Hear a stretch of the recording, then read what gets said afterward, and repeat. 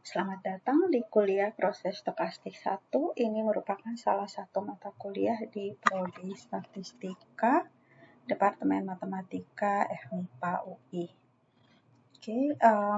Jadi apa yang kita pelajari di Prostok 1? Sejauh ini kita sudah melihat beberapa jenis proses stokastik, yaitu kita mulai dengan Markov chain, kemudian random walk, dan saat ini kita fokus pada proses Poisson. Ini sudah kita bahas di video sebelumnya. Sekarang kita mau melihat definisi yang lain atau cara lain untuk mendefinisikan proses Poisson yang merupakan salah satu bentuk dari counting proses. Pembahasan pada video ini mengacu pada buku Introduction to Probability Models edisi ke-10 dari Sheldon Ross. Jadi ini kita ulang kembali.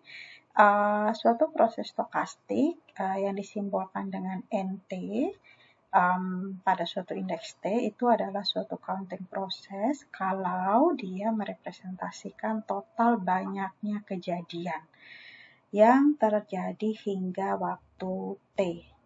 Ini adalah beberapa contoh dari counting proses, yaitu misalkan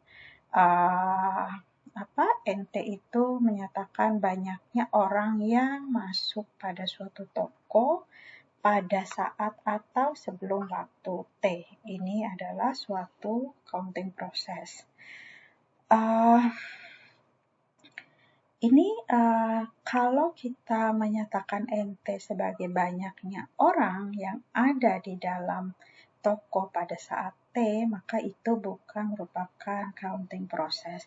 Ini saya tinggalkan untuk kalian coba cari kenapa ya ini tidak bisa dimasukkan sebagai suatu counting proses. Yang kedua, contoh counting proses yang kedua adalah banyaknya orang yang dilahirkan sampai pada waktu T. Itu juga suatu counting proses. Yang ketiga, contohnya adalah banyaknya gol yang dihasilkan oleh seorang pemain bola pada waktu T. Ini juga suatu counting proses.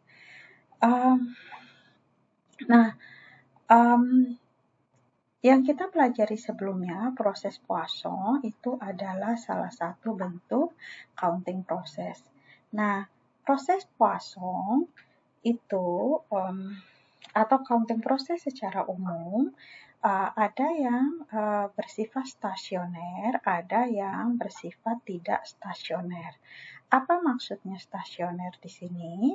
Ini dikatakan suatu proses counting itu bersifat stationary increment jika distribusi dari banyaknya event yang terjadi di sembarang interval waktu bergantung hanya pada panjang intervalnya.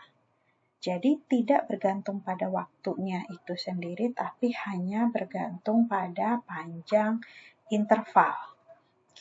Dengan kata lain, proses yang di sini incrementnya hanya bergantung pada misalnya dari S ke S plus T, maka distribusinya sama. Maksudnya gini,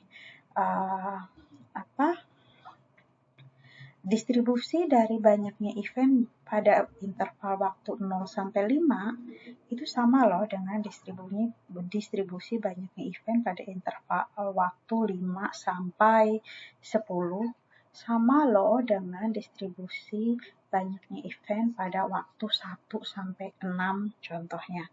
Jadi yang membuat sama adalah karena lebar intervalnya itu sama, tapi waktunya sendiri tidak menentukan distribusi tersebut. Nah, ini dari contoh yang dipaparkan di sini, misalkan yang pertama banyaknya orang yang memasuki toko sehingga waktu T. Nah, jika misalkan kita bilang dari misalkan toko buka jam 9, dari jam 9 ke jam 10 banyaknya orang yang masuk toko, distribusi dari banyaknya orang yang masuk ke toko tersebut antara jam 9 sampai jam 10 sama loh dengan antara jam 12 sampai jam 1 misalkan. Sama loh dengan yang terjadi pada jam 1 sampai jam 2. Kalau seperti itu, maka proses NT di sini adalah proses yang stasioner. Tapi kalau kita pikirkan, misalkan itu toko, katakanlah suatu restoran, apa iya? Itu kan jelas-jelas misalkan banyaknya pengunjung di suatu restoran, pada jam makan siang itu pasti padat sekali dibandingkan dengan misalkan pagi hari jam 8 sampai jam 9 gitu ya. Atau kalau kita ambil interval 2 jam, misal dari jam 8 sampai jam 10 bandingkan dengan jam 11 sampai jam 1 tentunya pasti berbeda kepadatan pengunjung yang datang ke toko tersebut. Nah, kalau kita memperhatikan waktu, itu kan intervalnya sama-sama 2 jam, tapi waktunya berbeda. Nah, kalau distribusinya berbeda antara misalkan tadi 8 sampai 10 dengan 11 sampai jam 1 siang, maka proses ini bukan merupakan proses yang stasioner. Kemudian yang gampang dilihat misalkan yang ketiga, contoh yang ketiga. Oke, kalau misalkan di sini banyaknya gol yang dihasilkan oleh seorang pemain bola, kalau di sini dia bilang adalah misalkan pada selama 5 tahun. Oke, selama 5 tahun. Jadi kayaknya sih hampir nggak mungkin ya bahwa misalkan banyaknya gol yang diciptakan ketika dia berusia 25 sampai 30 itu distribusinya sama dengan usia 35 sampai 40. Karena biasanya 25 sampai 30 itu adalah masa produktifnya, sementara 35 sampai 40 itu sudah mengalami kemunduran biasanya pada pemain bola. Sehingga kalau kita melihat pada interval yang 5 tahun di sini dengan rentang seperti ini, maka kita katakan proses yang tadi, yang C itu adalah proses yang tidak stasioner. Tapi kalau kita melihatnya pada interval waktu yang lebih sempit, misalkan 1 tahun, dan misalkan pada rentang usia 25 sampai 30 katakanlah. Jadi produktivitas dia menghasilkan gol di usia 25 sampai 26 atau dari 26 sampai 27 atau dari 27 sampai 28 itu mungkin masih cukup masuk akal untuk kita katakan distribusinya sama. Kalau seperti itu kejadiannya, maka kita katakan ini adalah proses yang stasioner. Oke. Jadi itu pemahaman mengenai apa itu proses yang stasioner. Nah, sebelumnya di video mengenai definisi dan contoh dari proses Poisson, kita punya definisi yang serupa dengan yang di sini ya, definisi 51 di buku Ross. Nah, di buku Ross ada lagi definisi yang kedua, ini dengan memanfaatkan pengetahuan mengenai fungsi little o. Pembahasan mengenai fungsi little o itu sudah dilakukan di video yang terpisah dari bagian ini. Silakan mengacu ke video tersebut. Jadi ini ada satu teorema di buku Ross yang menyatakan bahwa sebenarnya definisi 51 itu sama kok atau ekivalen dengan definisi 53. Buktinya coba kalian lihat, kalian coba pelajari baik-baik dulu sendiri. Nah, ini sebenarnya kan sama aja sih sebenarnya kalau kita lihat. Intinya adalah yang di definisi 53 dia hanya bilang bahwa ini loh probabilitas bahwa di waktu H banyaknya kejadiannya itu sama dengan 1 itu adalah lambda H tambah OH. Ini sebenarnya kan kalau probabilitas NH sama dengan 1, ini sebenarnya kita juga bisa bilang bahwa probabilitas NH minus N0 sama dengan 1, karena N0-nya kan 0. Dan ini ya tentunya karena dia rate-nya lambda, sederhana aja sih maksudnya secara intuitif, berarti kan ya lambda kali kan proporsional terhadap panjang intervalnya, karena tadi dari sifat yang stasionarinya ini ya. Jadi ya lambda H ditambah dengan OH. OH ini artinya sebenarnya kalau ada perubahan waktu kecil sekali itu hampir tidak mungkin ada tambahan kejadian. Jadi ini untuk menyatakan kejadian yang ya tidak mungkin terjadi pada interval waktu yang sangat kecil. Oke, ini juga menyatakan bahwa probabilitas NH lebih besar sama dengan 2 sama dengan OH ini juga sama, menyatakan bahwa kondisi ini kemungkinan terjadinya kecil sekali. Nah, sekarang kita lanjut ke materi berikutnya, yaitu mengenai waktu tunggu. Oke, nah waktu tunggu ini, apa yang dimaksud dengan waktu tunggu dan waktu antar kedatangan?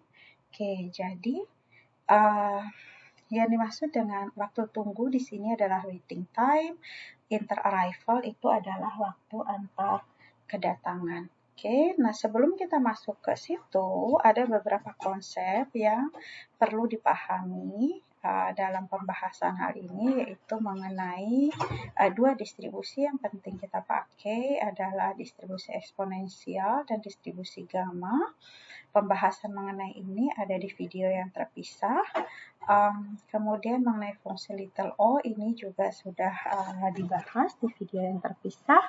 Kemudian mengenai ekspektasi bersyarat. Ekspektasi bersyarat itu mestinya sih sudah belajar di pendahuluan dari kuliah ini ataupun di kuliah StatMag. Nah, ini kita lihat, ini kembali screenshot dari buku Ross. Apa itu inter-arrival time? Jadi, pada suatu proses Poisson, kita samakan dulu persepsi mengenai notasi. Jadi, T1 adalah waktu terjadinya kejadian pertama. Oke. Nah, untuk indeks 2 dan seterusnya, itu definisi T-nya sudah berubah. Jadi, untuk N lebih besar dari 1, Tn-nya itu adalah waktu dari kejadian dari event sebelumnya ke event ke N. Jadi misalkan T2 itu adalah waktu yang diperlukan dari sesudah kejadian pertama hingga kejadian kedua terjadi. Gitu ya. T3 waktu yang diperlukan dari saat kejadian kedua sampai kejadian ketiga terjadi. Oke. Nah, barisan Tn atau sebelum ke barisan Tn, kenapa T1 berbeda? Sebenarnya nggak berbeda juga sih kalau kita mau samakan dengan definisi Tn untuk N yang lebih besar dari 1. T1 berarti waktu dari kejadian 0 sampai kejadian yang pertama terjadi. Artinya dari titik 0 sampai pertama kali terjadi. Jadi sama aja sebenarnya, konsisten ya. Nah, sekarang kita lihat barisan Tn disebut barisan dari inter-arrival times. Oke. Jadi contohnya ini dia. Kalau T1-nya 5, artinya pertama kali eventnya terjadi di waktu 5. T2 sama dengan 10, artinya dari waktu 5 itu butuh 10, misalkan 5-nya 5 menit. Berarti butuh 10 menit lagi untuk hingga terjadinya waktu kedua. Oke. Nah, sekarang kita mau menentukan distribusi dari si Tn ini. Seperti apa sih? Dia mengikuti distribusi apa sih? Oke, jadi ini kembali kita coba samakan persepsi mengenai komponen apa saja yang terlibat di sini dan bagaimana kita menotasikannya. Awalnya kita berangkat dari counting proses, atau yang lebih spesifik lagi di sini kita punya adalah proses Poisson, itu adalah N. Kemudian tadi kita punya T, itu inter-arrival time, waktu kalau N ini menghitung berapa banyak kejadiannya, kalau interarrival time ini adalah menghitung waktu dari satu kejadian ke kejadian berikutnya. Kalau S ini si waiting time atau timeline itu adalah titik waktunya itu sendiri. Oke, itu dulu kita samakan persepsi. Kemudian misalkan ini kita gambarkan garis sumbu waktu. Kemudian di awal itu adalah N0 sama dengan 0, atau ini kadang ditulis N dalam kurung 0. Oke, artinya di saat 0, di waktu 0, banyaknya kejadian itu ada 0, belum ada kejadian. Kemudian di sini NT1 sama dengan 1, artinya adalah sesudah waktu kejadian event pertama terjadi adalah butuh waktu T1 untuk menunggu ya sampai terjadinya kejadian yang pertama. Terus di sini NS2 sama dengan 2, ini sebenarnya ini adalah titik waktu di mana event pertama terjadi, ini titik waktu di mana event kedua terjadi. N itu tugasnya menghitung berapa banyak event, belum ada event di sini, ada satu event lagi, jadi ada 2. Titik waktunya di mana ini S1 sebenarnya, tapi karena S1 di sini kan sama dengan T1, jadi di sini bisa dituliskan T1. Ini titik waktunya di T1 atau S1, di sini titik waktunya di S2, gitu ya. Dari sini, dari awal sampai terjadinya satu kejadian itu butuh selama T1. Oke, kemudian sesudah terjadi satu event, kita terus sampai terjadi event berikutnya, itu interval waktunya atau panjang waktunya T2. Dan di sini jadi kita tahu S2 ini mestinya adalah T1 tambah T2. Gitu ya. Di sini kita punya S1, S itu ingat waktunya sendiri, T itu adalah selisih waktu. Oke, jadi di sini S1 sama dengan T1, di sini S2 adalah si T1 tambah T2. Ini tadi ditampilkan lagi yang tadi dari buku Rose. Jadi dengan ilustrasi ini mestinya kita paham kembali apa yang dimaksud dengan T, N, dan S. Ya, jadi S itu sumbu waktunya, T itu adalah jeda waktu, N itu adalah menghitung berapa banyak kejadian di waktu itu atau sesudah jeda waktu tersebut. N-nya ini adalah proses Poisson. Selisih dari N itu yang kita sebut increment, itu yang mengikuti distribusi Poisson. Yang akan kita cari sekarang adalah distribusi dari T dan nanti distribusi dari S. Oke, jelas ya sampai sini? Oke, sekarang kita lihat dulu distribusi dari interarrival time atau si T. Oke, ini kembali ditampilkan statement di buku Rose untuk memandu kita akan proses yang kita lakukan. Jadi kita mau melihat distribusi dari T. Oke, bisa dalam bentuk PDF, bisa dalam bentuk CDF. Sekarang coba kita dalam bentuk CDF. Oke, jadi lihat dulu T1. T1 itu apa sih? Waktu yang diperlukan untuk kejadian pertama terjadi. Berangkat dari titik 0. Gitu ya. Jadi, di sini kita lihat fungsi distribusi. Kita melihat probability T1 lebih besar dari T. Jadi, misalkan di sumbu waktu ini, oke, di sini T-nya, titik waktu T. Oke, dari 0 ke sini butuh waktu selama T. Kalau T1 lebih besar dari T, artinya palingnya misalkan seperti ini. Ya, T1 lebih besar dari T. Nah, kalau T1 lebih besar dari T, artinya sementara T1 besar ini adalah waktu yang diperlukan untuk kejadian pertama terjadi. Di awal belum ada kejadian, ini baru kejadiannya ada di sini. Berarti sebelum itu kan belum ada kejadian, termasuk ketika T-nya sama dengan termasuk ketika di T kecil ini. Di sini belum ada kejadian. Gitu. Kejadiannya baru ada sesudah T1 gitu ya. Jadi kalau seperti itu berarti di sini di T NT-nya masih 0, ya kan? N itu ingat tadi counting proses, menghitung banyaknya kejadian di sumbu waktu yang ditunjuk. Oke, nah karena begitu, berarti kondisi T1 lebih besar dari T kecil itu sama saja dengan kondisi bahwa saat di NT itu dia masih 0. Saat di T countingnya masih 0. Gitu kan ya.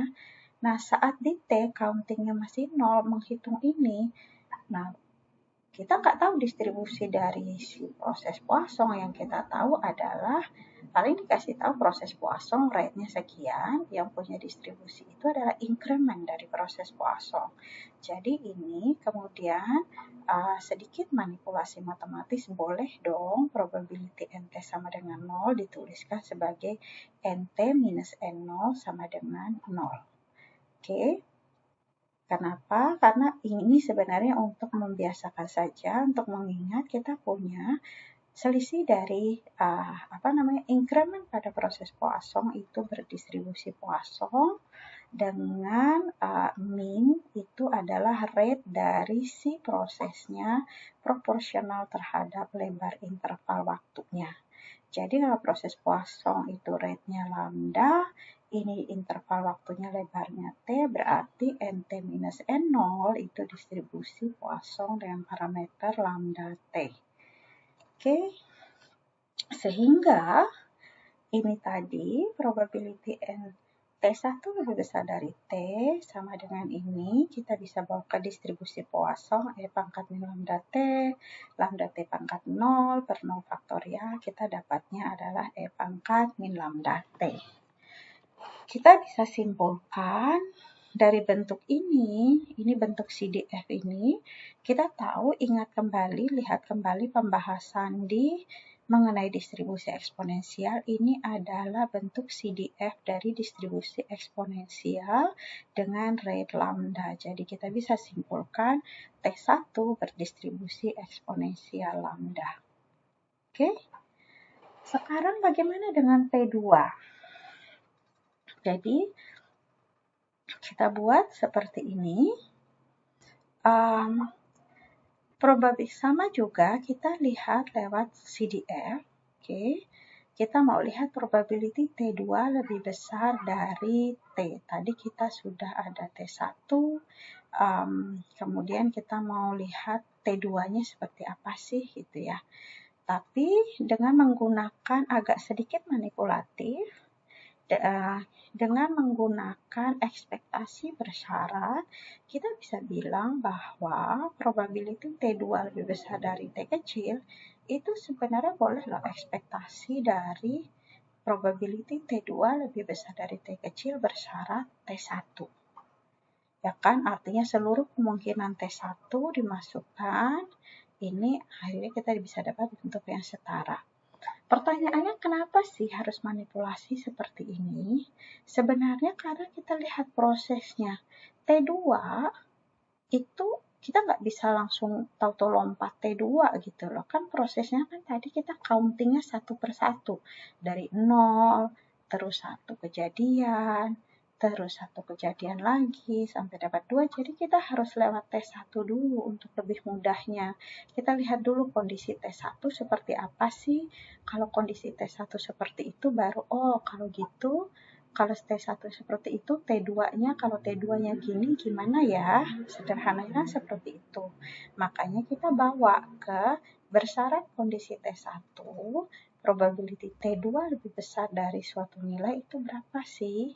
Tapi kan kita maunya tanpa syarat. Jadi untuk menghilangkan ini kita pakai ekspektasi. Gitu ya. Nah, sekarang kita lihat dulu probability T2-nya, probability bersyaratnya. Ini yang saya mau jelaskan, ini hasil yang di buku ROS ini. Jadi tadi kita punya misalkan T1-nya, karena di sini S, misalkan T1-nya sama dengan S, artinya kita butuh perlu waktu selama S untuk bisa melihat event yang pertama, untuk event pertama terjadi. Kemudian kalau T2-nya segini, berarti sesudah event pertama terjadi, kita butuh waktu selama ini untuk menghasilkan event yang kedua. Dan di sini counting-nya sama dengan 2. Variabel random N-nya bernilai 2, variabel random T2-nya sekian, variabel random waktunya bernilai S2. Ya. Nah, sekarang kalau T2-nya lebih besar dari T, ini tadi T-nya ya antara di sinilah ya, gitu kan. Nah, berarti kalau di sini S, terus jalan lagi ke sini T, berarti di titik waktu ini, di timeline ini titiknya menunjukkan waktu S plus T, gitu ya. S plus T, kemudian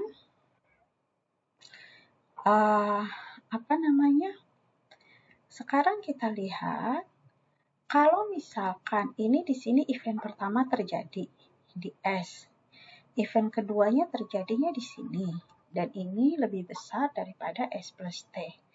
Artinya dari waktu S sampai ke waktu S plus T nggak ada event dong.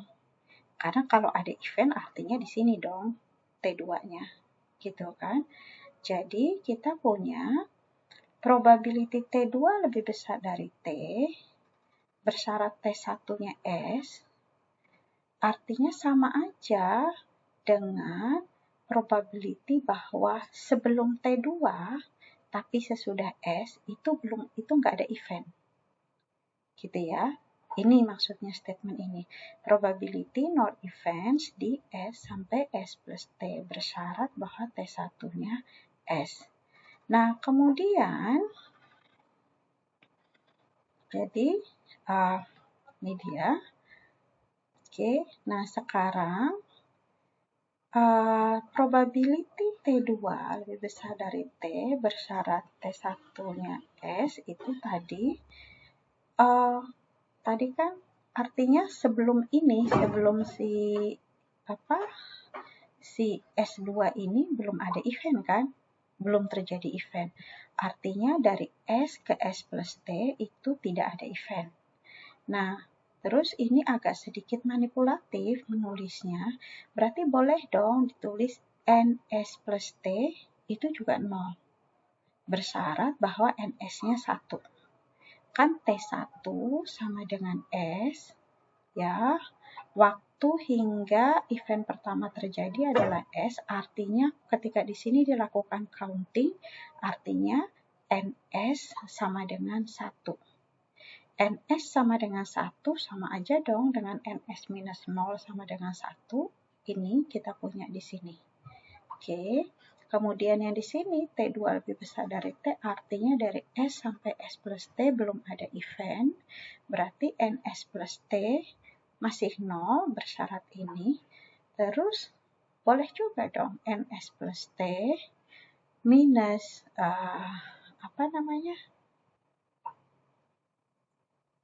ini NS plus T minus NS sama dengan 0. Ini salah, ini harusnya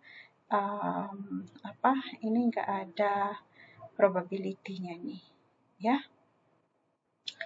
Oke, karena hingga saat ini sebenarnya di sini ya kan dari sini ke sini tidak ada event terjadi. Jadi dari sini sampai sini ada 1 kejadiannya di sini, dari sini sampai sini pun ya masih tetap 1, gitu kan. Jadi makanya NS plus T minus NS itu sama dengan 0. Bersyarat dari NS dikurangi N0 itu sama dengan 1. Ini probability-nya harusnya nggak ada. Nah, kemudian menggunakan sifat karena NS ini proses Poisson, maka inkremennya independen, maka kita punya NS plus T dikurang NS, itu bebas loh dari NS kurang N0. Untuk yang interval yang disjoint ya, kan ini 0 sampai S sampai S plus T disjoint. Jadi inkremennya independen.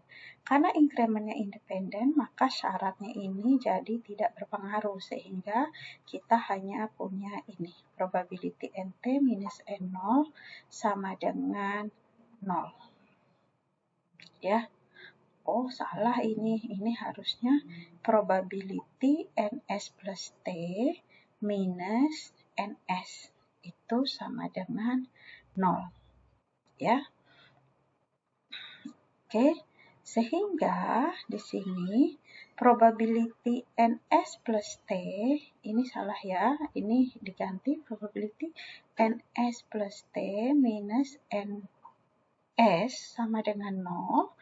Nah, ini jadi kita bisa tulis ulang kembali yang di atas ini. Ini sama dengan probability menggunakan sifat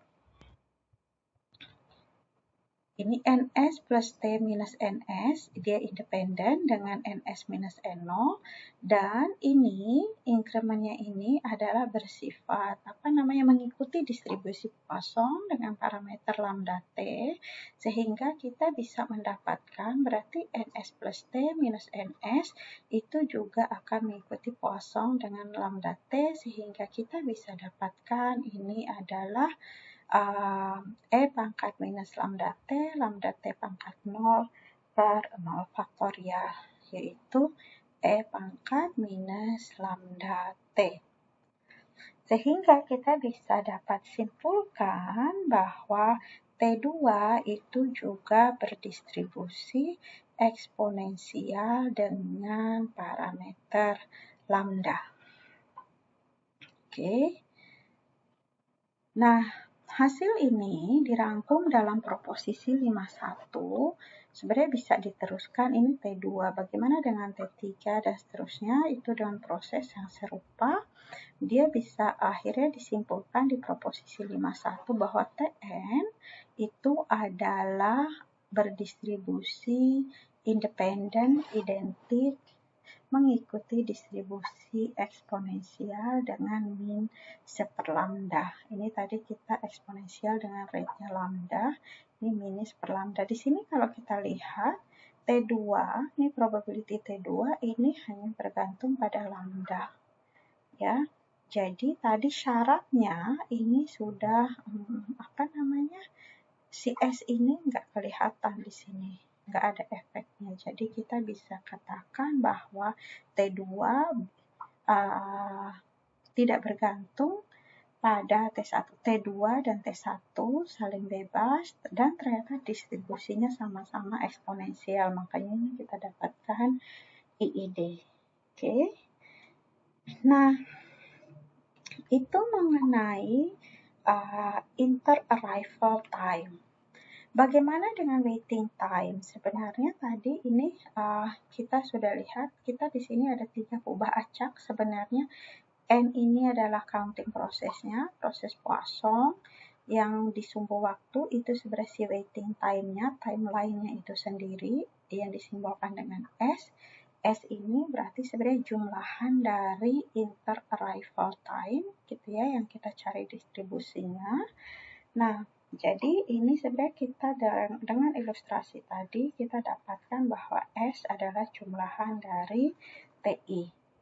Dan menggunakan sifat di materi sebelumnya dapat ditunjukkan bahwa jumlahan, karena tadi masing-masing TI-nya independen, identik, eksponensial, jumlahan dari distribusi eksponensial yang IID itu adalah distribusi gamma dengan parameter jumlah adalah banyaknya peubah acak eksponensial pembentuknya yaitu N, Dan parameter kedua lambda adalah rate dari si eksponensial tersebut.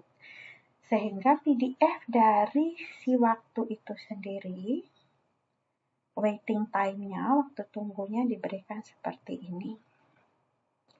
PDF ini kita tidak terlalu familiar dengan bentuk ini, jadi ini kita coba setarakan dengan bentuk yang kita biasa kenal. Oke, jadi biasanya kita mengenal bentuk distribusi gamma dan dua kuantiti utamanya, min dan variasi seperti ini. Nah, versi kedua itu adalah versi yang kita punya, yang dihasilkan dari perumusan 513. Kalau kita mau petakan satu persatu, ini yang dari rumus 513, kita bisa tuliskan kembali. Di sini kita punya lambda, di sini juga ada lambda, jadi total adalah lambda pangkat n. Di sini ada 1/n min 1 faktorial, kita letakkan di sini 1/n min 1 faktorial. Ini lambda pangkat n, ini tulis sebagai 1/lambda pangkat n. Kita punya E pangkat min lambda T, oke ini E pangkat minus T per 1/lambda. Kita punya, tadi lambda sudah diambil, ke sini kita punya T pangkat N min 1. Ini kalau kita lihat N min 1 faktorial kan gamma N. Jadi gamma alfa ini gamma N, beta pangkat alfa ini 1/lambda pangkat N, X pangkat alfa min 1 ini T pangkat N min 1. E pangkat X min beta min ini seperti ini. Jadi ini bentuk yang kita punya tadi adalah distribusi gamma. Kalau kita notasi kita alfa beta, di sini alfanya n, betanya 1/lambda. Sehingga dengan reparametrisasi alfa dan beta seperti ini, tadi kalau semula minnya alfa beta, ini minnya adalah menjadi n/lambda, variansinya n/lambda kuadrat. Ini salah satu contoh di buku tersebut. Misalkan orang yang masuk ke suatu daerah mengikuti distribusi Poisson dengan rate 1 per hari. Ya, yang ditanya adalah waktu sampai imigran ke-10 tiba. Ya, sebenarnya sih sederhana aja, kalau rata-rata 1 hari 1 ya sampai imigran ke-10 ya mestinya 10 hari. Logika sederhananya. Lalu berdasarkan tadi perumusan yang kita punya, ini waktu sampai imigran ke-10. Kalau dikaitkan dengan pembahasan di sini, artinya kan kita menghitung 0, ini terus ada 1, ada 2, 3, sampai 10, 10 itu n-nya. Waktu sampai si 10 itu adalah si s-nya. Oke, jadi pertanyaannya S sampai n-nya itu sama dengan 10. Dan tadi dari sini ternyata S itu berdistribusi gamma dengan, berarti sekarang parameternya n-nya 10, lambdanya adalah 1. Dan dari yang kita punya di sini berarti min-nya adalah n/lambda, jadi 10/lambda, lambdanya adalah 1. Kita dapatkan 10 hari. Berapa peluang waktu antara kedatangan imigran ke-10 dan imigran ke-11 itu lebih dari 2 hari. Nah, ini artinya kan kita mau melihat bahwa dari 10 ke 11, 10 sudah datang, menunggu sampai yang ke-11 itu datang. Misalkan di sini. Yang ke-10, taruhlah ini 10. Ini sudah tiba imigran ke-10. Terus kita nunggu sampai yang ke-11 datang. Dan waktu tunggunya ini, waktu antar kedatangannya ini lebih dari 2 hari. Berapa peluangnya? Oke. Nah, jadi makanya ini dituliskan T11 lebih besar dari 2. Dan tadi kita dapatkan hasil di sini kan Tn-nya eksponensial dengan minus per lambda. Jadi kita gunakan saja ini CDF dari distribusi eksponensial. Oke, jadi E pangkat minus 2 lambda dapatnya sekian. Masuk akal nggak probabilitasnya kecil? Mestinya masuk akal ya, karena kan tadi rata-rata sehari 1. Nah ini dari yang ke-10 ke yang 11, bisa lebih dari 2 hari. Kemungkinannya sih mestinya kecil gitu ya, dan kita dapatkan itu sekitar 0,13. Oke, jadi itu pembahasan kita mengenai waktu antar kedatangan dan waktu tunggu. Ini ada beberapa soal yang kalian mesti kerjakan. Bisa dikerjakan, jadi soal nomor 1 sampai 5 itu harus dikerjakan. Soal nomor 40, 41 itu boleh tidak dikerjakan. Jadi dengan nomor 39 dan 42. 40, 41 mau dikerjakan itu lebih bagus lagi. Tidak dikerjakan juga tidak apa-apa. Jadi ada total 7 soal. Kerjakan berkelompok. Kalian buat kelompok. Berarti maksimal satu kelompok 7 orang. Ya, nanti maksimal 7 orang, kurang dari itu boleh. Lebih dari itu tidak boleh. Ya, jadi nanti kerjakan, dikumpulkan. Nanti saya akan buatkan linknya di emas untuk kalian mengumpulkan. Waktunya 1 minggu dari sekarang. Oke. Jadi kembali, buku ini adalah sumber referensi yang dipakai dalam pembahasan kita kali ini. Sekian, terima kasih.